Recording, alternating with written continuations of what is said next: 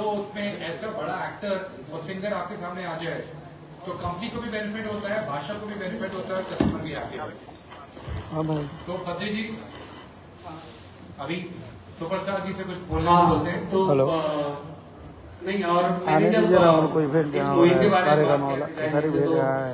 एकदम से रेडी हो गए और इनका हमेशा से बोलिए try ना, रहता ही अखिलेश है, कश्यप बोले हैं, बोल आप भी दीजिए। अगर इस चीज को जो अखिलेश विकल्प से कह रहे कश्यप हैं, कैसे आगे किसान बढ़ जी के सकते राइटर बोल रहे हैं। देखिए, सबसे पहले तो जितने भी लोग आए हैं सबको दिल से प्रणाम कि आप लोग इतना इसकी समय हमारी मुहिम के लिए दिया। और ये मुहिम सिर्फ हमारा नहीं बल्कि मुझे लगता है हम सबका होना चाहिए, क्योंकि जब एक होता है तो परिवार नहीं, एक अकेला होता है, लेकिन पूरी परिवार जब उसके साथ हो जाती है तो पूरा परिवार हो जाता है। और हमारे भोजपुरी भाषा की बात है तो सबसे पहले कि इस मुहिम में सबसे पहले सारेगामा हम भोजपुरी आया, और जब गार्जियन अच्छा है तो बेटे बिगड़ते नहीं। सबसे बड़ी चीज है कि गार्जियन अगर शिक्षित है, गार्जियन अगर मालदार है तो बिगड़ना संभव नहीं है, क्योंकि हर जगह पैसे की बात तो आती ही है। क्योंकि कोई भी दुनिया का बड़ा काम करने के लिए आप सबकी एनर्जी के साथ साथ फाइनेंस की भी बहुत जरूरत होती है। और ऐसी ऐसी कंपनियां जब आएगी, और पहला मुहिम आज सारेगामा हम भोजपुरी ने किया था, और पहला गाना भी खेसारी लाल का सारेगामा हम भोजपुरी ने किया था, जो कि 100 मिलियन से ऊपर है। और मुझे अच्छा लगा, पहली बार एक वीडियो मुझे जब करके आया तो मुझे लगा, मैं बद्री जहाँ पे सवाल उठाया था, यार खा बना दिए, हम एक दिन में 15 गाना शूट करते हैं, एक दिन में एक ही गाना शूट किए। लेकिन जब वो निकल के आया तो मुझे लगा कि नहीं, मैंने गलत नहीं, और भोजपुरी को आगे बढ़ाने का बहुत योगदान रहेगा। मुझे लगता है कि सारेगामा हम भोजपुरी का, क्योंकि जब से उस गाना बना उसके बाद से लगातार हर आदमी अपने वीडियो पे, अपने लिरिक्स पे, अपने म्यूजिक पे बेहतर काम करने की कोशिश की। और आज भोजपुरी सब लोग जान रहे हैं कि इंडिया के टॉप 10 में 2 गाने थे, हिंदी के एक भी गाने नहीं थे, तेलुगु तमिल के थे बट हिंदी के एक भी गाने नहीं थे। और उस 2 गाने में से सारेगामा हम भोजपुरी का भी एक गाना था। तो ये हमारे लिए खुशखबरी है, कोको कोला और नथुनिया, तो दोनों गाने टॉप म्यूजिक में रहे और टॉप 10 में रहे। तो ये हमारे लिए सौभाग्य की बात है। और हम ही सब जहां भी जाए, अगर इसमें से ऐसा नहीं कि सब लोग बिहार में रहते हैं, आप लोग गोवा जाते ही होंगे, कई जगह जाते हैं, तो आप लोग जब जाइए तो वहां पे डिमांड करिए, क्योंकि जब वहां भोजपुरी बजेगा तो सिर्फ आप ही नहीं है, वहां पे हर भाषा के लोग रहते हैं। तो हमें गर्व महसूस होता है कि हमारा भोजपुरी भी, अगर हिंदी बज रहा है, पंजाबी बज रहा है, मराठी बज रहा है, तेलुगु तमिल बज रहा है, तो हमारा भोजपुरी का भी कोई आदमी है जो वहां बज रहा है। वहां पे खेसारी लाल नहीं बजते, कोई अदर कलाकार नहीं बजता, वहां पे अपना भाषा बज रहा है। तो अगर हम सब कोशिश करें, भोजपुरी को जितना गंदा बोलना है, अगर हम ही गंदा बोलेंगे तो बाहर वाले क्यों नहीं बोलेंगे? तो अभी हमें भोजपुरी को गंदा नहीं, भोजपुरी गंदा हो ही नहीं सकता। गंदे कुछ लोग हैं, उसमें से हम भी हैं। ऐसा नहीं कि मैं बहुत साफ सुथरा हूं। तो सबसे पहले चीज की हमें भोजपुरी को गंदा बोलना ही नहीं। हमारी भोजपुरी बहुत मीठी भाषा है, हमारी भोजपुरी में संस्कार है, हमारी भोजपुरी में रिश्ते हैं, हर वो चीज है। तो आज ये मुहिम इसलिए है कि सिर्फ ये मुहिम गाने के लिए नहीं आया है। हम भोजपुरी सारेगामा भोजपुरी सिर्फ गाना ही नहीं करने आया, आज सिनेमा का भी स्तर बड़ा करने की कोशिश कर रहे हैं। तो हम सबको मिलकर इनका साथ देना चाहिए, ताकि ऐसी ऐसी कंपनियां अगर आए तो मुझे लगता है कि हर वो आदमी बेहतर करेगा। अब हमारे जीवन में बेहतर सिनेमा और बेहतर क्वालिटी के साथ मिलेगी। तो कोशिश यही है कि जिस तरह हम भोजपुरी, हमारे ऊपर हजारों करोड़ का फाइनेंस लगा रहा है हमारे भाषा के लिए, तो हमें भी सारेगामा हम भोजपुरी को उतना ही प्यार और आशीर्वाद और सम्मान के साथ देखना है, ताकि हमारा भोजपुरी भी किसी दिन 600 करोड़, 500 करोड़, 1000 करोड़ का बिजनेस करे। और हम सब मिलकर करेंगे तभी ये हो सकता है, सिर्फ एक आदमी के कहने और करने से कुछ नहीं होगा। तो मेरा मानना यही है कि हम सबको साथ लेकर, और हम सबका साथ तभी होगा जब हम भोजपुरी के लिए सोचेंगे।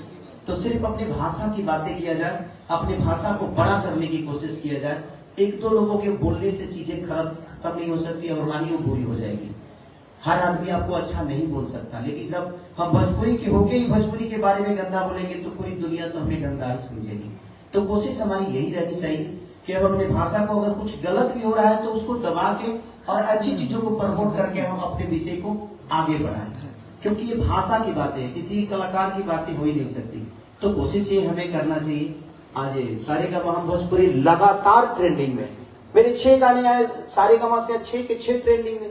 तो कहीं ना कहीं हमारा भाषा बड़ा हो रहा है कि इतने बड़े बड़े लेवल के लोग गाने गा रहे हैं, उसके बावजूद भी हमारा भोजपुरी का 10 गाना तो ट्रेंडिंग में रहता ही है, चाहे वो खेसारी हो, चाहे अदर जितने भी हमारे कलाकार बंधु हैं, जितने भी हमारे भाषा के गायक हैं, कोई ना कोई रहता ही है। तो 10 गाने हमारे भोजपुरी के होते हैं। तो हम सबको अपनी सोच को बदलना होगा और अपने चीजों को बड़ा करने की, अपनी भाषा को बड़ा करने की कोशिश करनी होगी।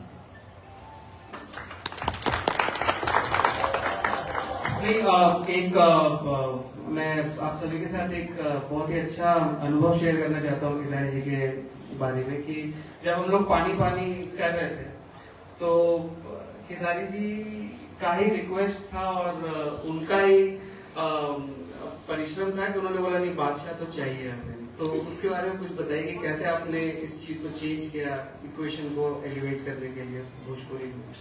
अब सोचिए कि हमारी भाषा ऐसी है कि बादशाह जैसे लोग भी रैपिंग करते हैं हमारी भाषा में।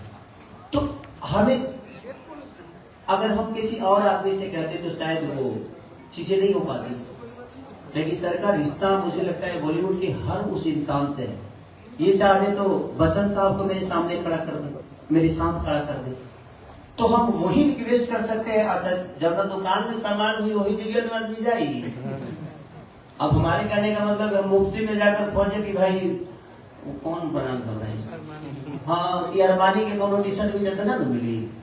तो जिंदगी में एक चीज तो है कि जहाँ पे व्यवस्था है और जहाँ पे चीजें हैं, अगर हम वहाँ डिमांड करेंगे तो। और मैं अपने भाषा के लिए उनको लाया था और सर से रिक्वेस्ट किया कि सर अगर बादशाह जी इसमें रैपिंग कर दे तो शायद चीजें बड़ी हो जाएगी। तो हम सबको कोशिश करना है कि हर लैंग्वेज के लोग आकर हमारे यहाँ काम करें, और करेंगे तो शायद उस भाषा के भी लोग हमारे भोजपुरी को एंजॉय करेंगे। तो हमारी कोशिश यही है कि हम अदर भाषा के जो भी टॉप के आर्टिस्ट हैं उनको भी अपने भाषा में कोशिश करें लेकर आए, ताकि हमारा भाषा बड़ा हो जाए और हमारे भाषा को उस लैंग्वेज के लोग भी एंजॉय करें। जैसे हमारे हिंदी के लोग तेलुगु में जाकर काम करते हैं, रवि भैया इनकेस की जाकर करते हैं, तो हम लोग रवि भैया की वजह से उसको देखते हैं ना। तो मुझे लगता है कि वहां के भी लोग अगर हमारी भाषा में आए तो वहां के लोग भी हमारी भाषा को देखेंगे और प्यार देंगे, और प्यार देंगे तो शायद हमारी भाषा छोटी नहीं रह जाएगी, और हमारी भाषा कभी छोटी हो ही नहीं सकती। लोग मुझसे सवाल भी करते हैं कि आप हिंदी में काम क्यों नहीं करते, तो मेरा सवाल यही होता है कि अगर हम हिंदी की तरह ही अपनी भाषा को कर दे तो हमें हिंदी में काम करने की जरूरत नहीं। तो हमें अपनी भाषा को बड़ा करना है, ताकि हम हिंदी में क्यों जाए। अगर हमारा ही भाषा इतना बड़ा हो जाए तो हमें ना हिंदी में जाने की जरूरत है और ना ही तेलुगु में जाने की जरूरत है। तो इसीलिए हम सबका सहयोग होगा तो शायद हमारा भाषा इतने लेवल पे आ जाएगा कि हम भी 600 करोड़ की धंधा कर सकते हैं। तो कोशिश सबकी होनी चाहिए। तो अब हम अपने प्रेस के साथियों से अनुरोध करेंगे कि उनके जो भी क्वेश्चंस हैं वो शो करें। सर सवाल मेरा ये है कि आप भोजपुरी में इतना काम कर रहे हैं, लेकिन आज तक कोई भोजपुरी सिनेमा जो है मल्टीप्लेक्स में आज तक नहीं आई, कैसे आएगी? नहीं आई का मतलब ये नहीं है कि नहीं होगा। जब तक सचिन तेंदुलकर ने वनडे के अंदर डबल सेंचुरी नहीं मानी थी, लोग मान के चलते थे हो ही नहीं सकता। अभी हालत यह है कि अशोक गिल ने क्या डबल सेंचुरी मारी है और कोई इसे अचंभे से नहीं देख रहा है, क्योंकि हो चुकी है वह। तो आप चिंता मत कीजिए, भोजपुरी का कंटेंट ना सिर्फ मल्टीप्लेक्स में चलेगा, भोजपुरी का कंटेंट मल्टीप्लेक्स में ऑल इंडिया लेवल पे चलेगा। तो ये हम करके दिखाएंगे। मल्टीप्लेक्स हो तो लगी। सबसे बड़ी चीज कि हमें सरकार से भी इस बात से नाराजगी है कि हमारे इंटरटेन के लिए सरकार कुछ सोच ही नहीं है। हम सामान तो बनाते हैं पर बेचने का साधन नहीं है। दुकान में तो कहाँ बेचे, रोड बचान के।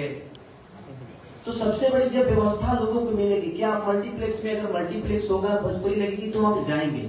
हॉलों का व्यवस्था ठीक नहीं है, हॉल में सीट अच्छे नहीं है, तो उसके लिए प्रॉब्लम सबको होता है।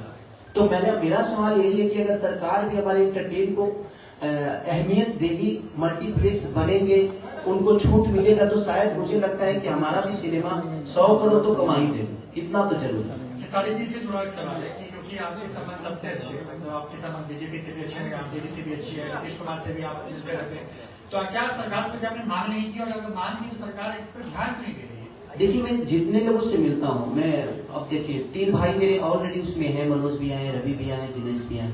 मैं जब भी उनसे मिलता हूँ, इनकेस की मेरे अभी जो हाल ही में मंत्री बनी है मेरे बड़े भाई जितेंद्र यादव जी, उनसे भी मैंने ये सवाल किया कि भैया हमें छूट तो दिया जा रहा है कि आप सिनेमा बिहार में बनाइए, आपको सब्सिडी मिलेगी, लेकिन हमें बेचने के लिए कम से कम यूपी में या बिहार में अगर मल्टीप्लेक्स को भी आप लोग बढ़ावा देंगे, वहां बनेगी। जिस तरह आपके मुंबई में महाराष्ट्रियन फिल्म 1 शो चलता है, चाहे जितना भी मल्टीप्लेक्स है उसमें 1 शो चलाना ही है आपको, चाहे वो सिनेमा अच्छी हो या बुरी हो, लेकिन आपको चलाना है। अगर वही चीजें हमारे भी बिहार में आ जाए, यूपी में आ जाए, तो हमारा सिनेमा बड़ा क्यों नहीं होगा।